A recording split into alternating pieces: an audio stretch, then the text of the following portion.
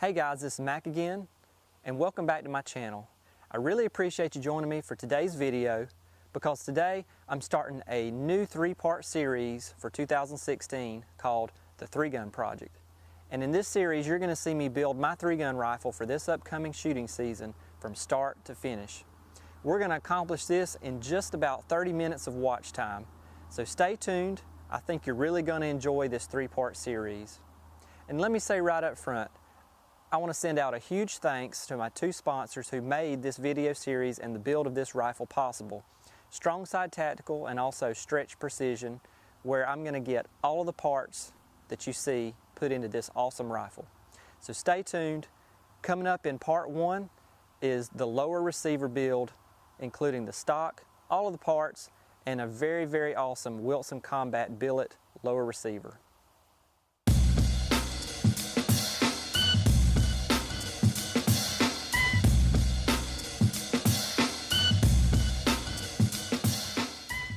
The centerpiece of this build is this Wilson Combat billet lower receiver. Both the upper and lower receiver are both machined out of solid T6 billet aluminum.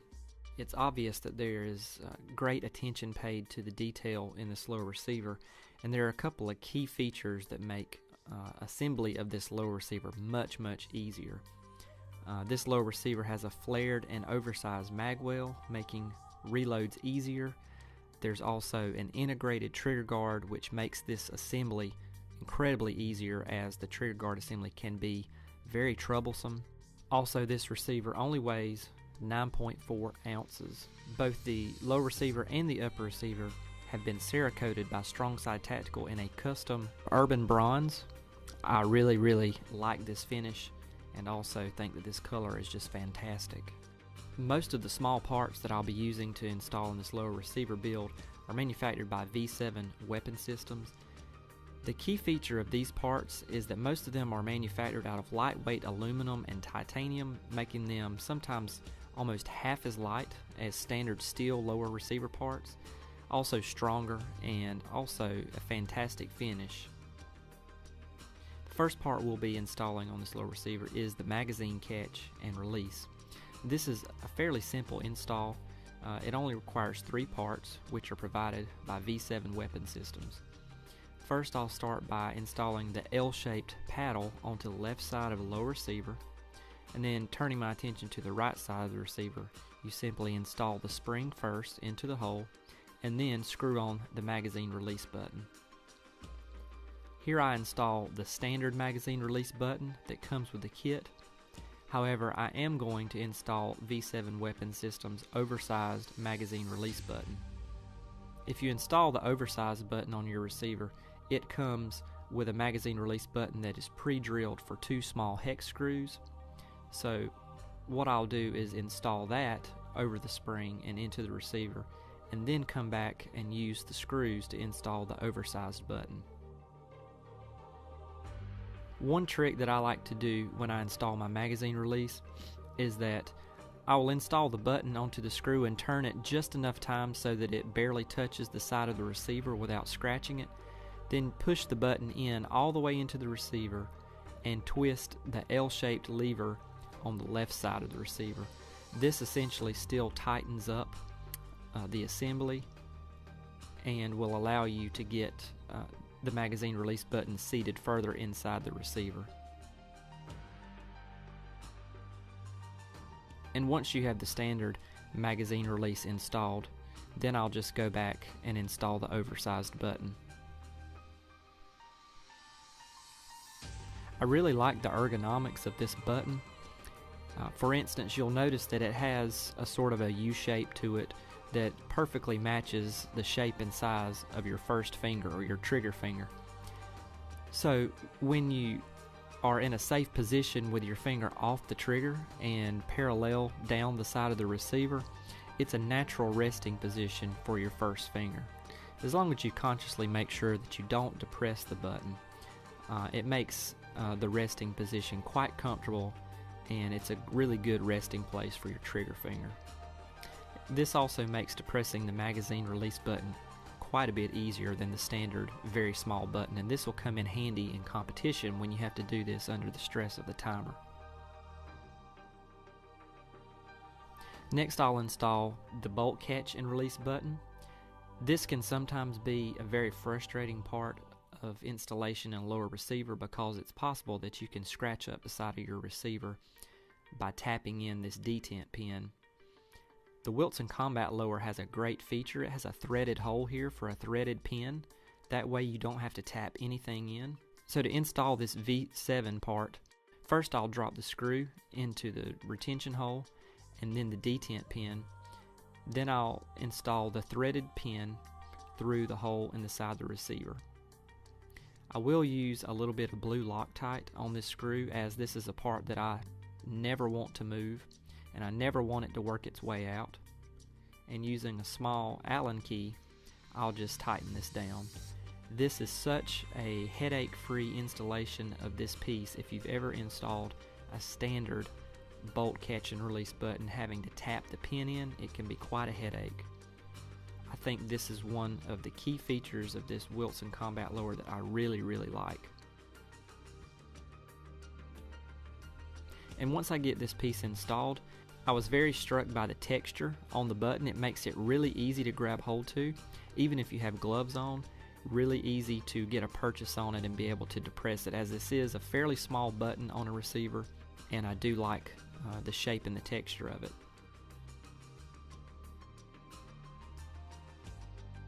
Next, we'll install the front takedown pin.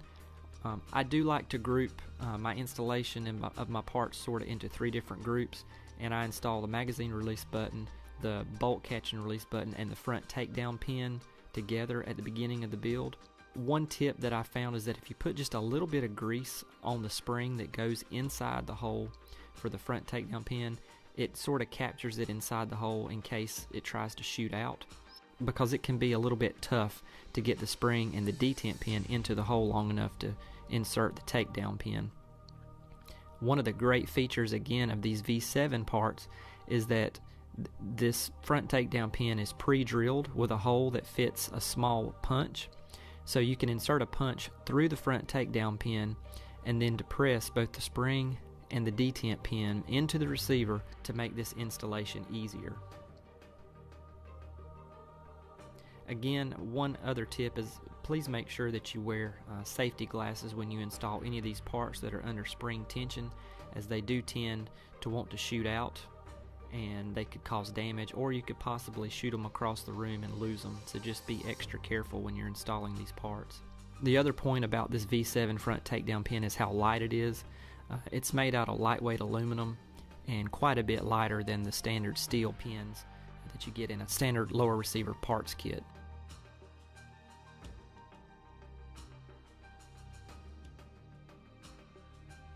Next is my trigger group, and this is the AR Gold trigger. This is a trigger that I've wanted to try actually for a really long time. I personally chose this trigger as a part of this build and was really excited to get it in and try it out. I primarily wanted a trigger with a short reset, which the AR Gold trigger has the shortest on the market, and also I wanted a trigger that I could adjust down below 3 pounds, and it's a really fantastic trigger piece that just drops in as a single piece. So I'm going to test fit this trigger first just to make sure that all the clearance and tolerances are okay. You'll also need to make sure that you install your safety and your pistol grip basically all here at the same time, because the order of installation of these parts is important. The first thing that you'll want to do is to get your safety ready, and I'm using a V7 Weapon Systems ambidextrous safety here. This has a short throw option for a 50-degree turn, and what I'll want to do is install my trigger group into the receiver without installing the pins, and then install the safety through the receiver. Then once I have my safety temporarily installed, I can insert both my hammer pin and my trigger pin, and then my trigger is completely installed into the lower. You want to use either a plastic tipped mallet or a hammer with a soft edge so that you don't damage your receiver. Now here you see that I use a small ball peen hammer. This is typically what I use, but I do take special care to make sure that I don't scratch or mar up the finish on my lower receiver. Once my trigger group's installed, I'm going to go ahead and tighten down the 2 sides of my safety. and as you see, it still turns freely in the lower receiver. We need to install our safety detent and spring as well as our pistol grip now to hold it in place.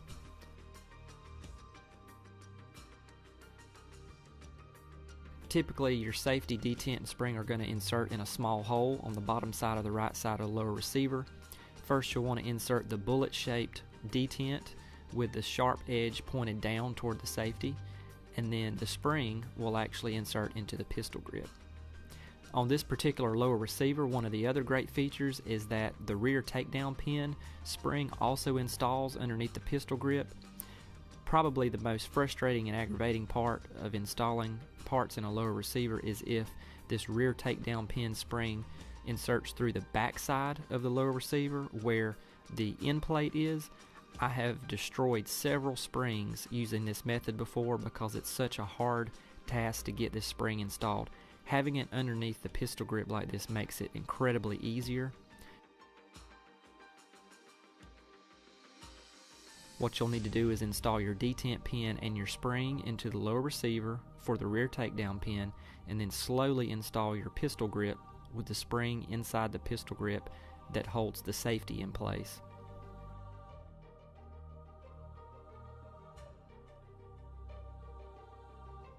And as you can see on my first attempt here, it sometimes is a little challenging because the spring for my rear takedown pin shoots out of the hole, and then I stop immediately because I do not want to damage this spring.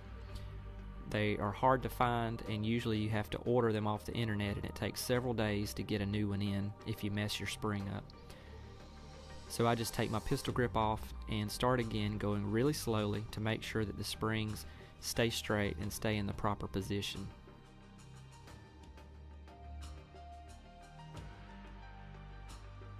And then once I get my pistol grip installed, I'm not going to move anything because I want to go ahead and tighten it down using the retention screw and make sure that everything is exactly where it should be.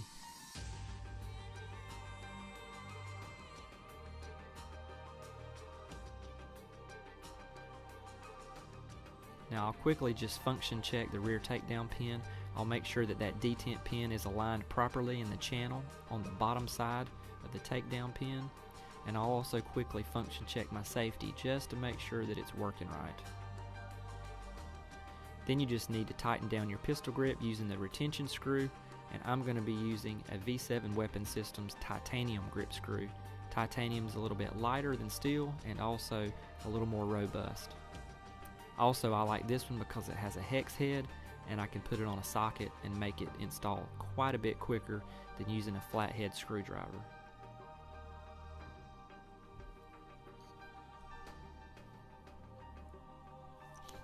Now once these parts are completely installed and tightened down, I'm going to function check everything here related to the trigger group and the safety. Again, if you ever want to dry fire or test your trigger, make sure that you don't let the hammer drop down onto the bolt catch button. It can break it, so just keep your finger there or use a block to make sure that you don't drop it and damage anything.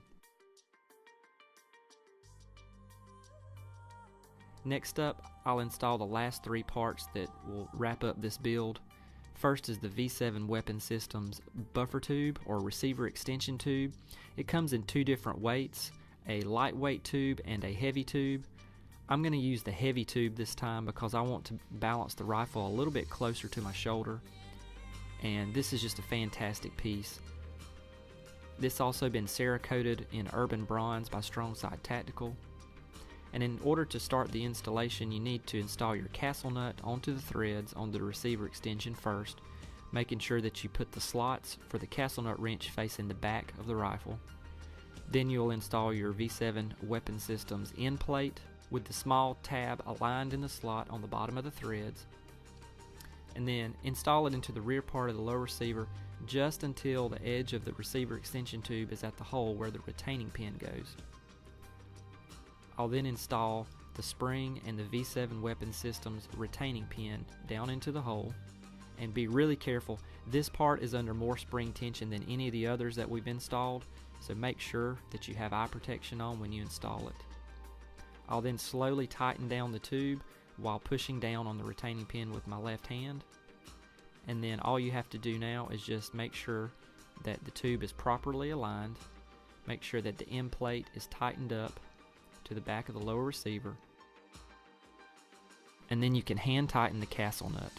Now, I did not perform the next step on camera as it did take a while, but you must tighten down the castle nut with a castle nut wrench and then properly stake it with a staking tool.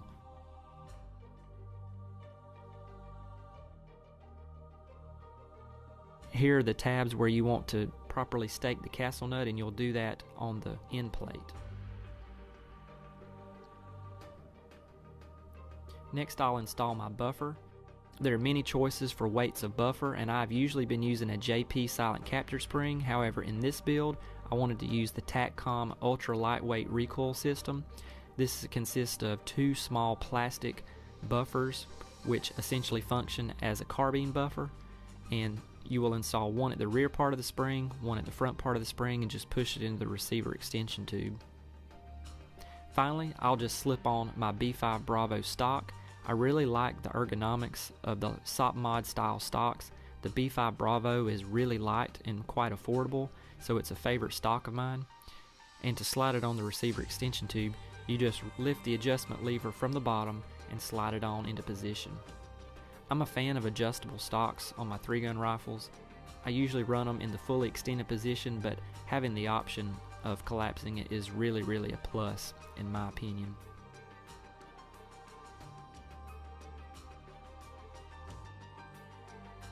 This is the completed lower receiver.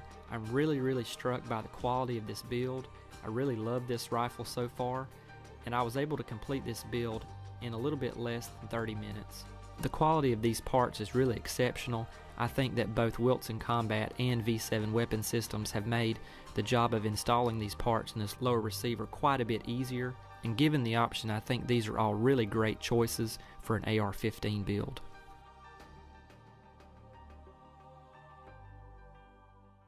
So I hope you enjoyed the build of that lower receiver.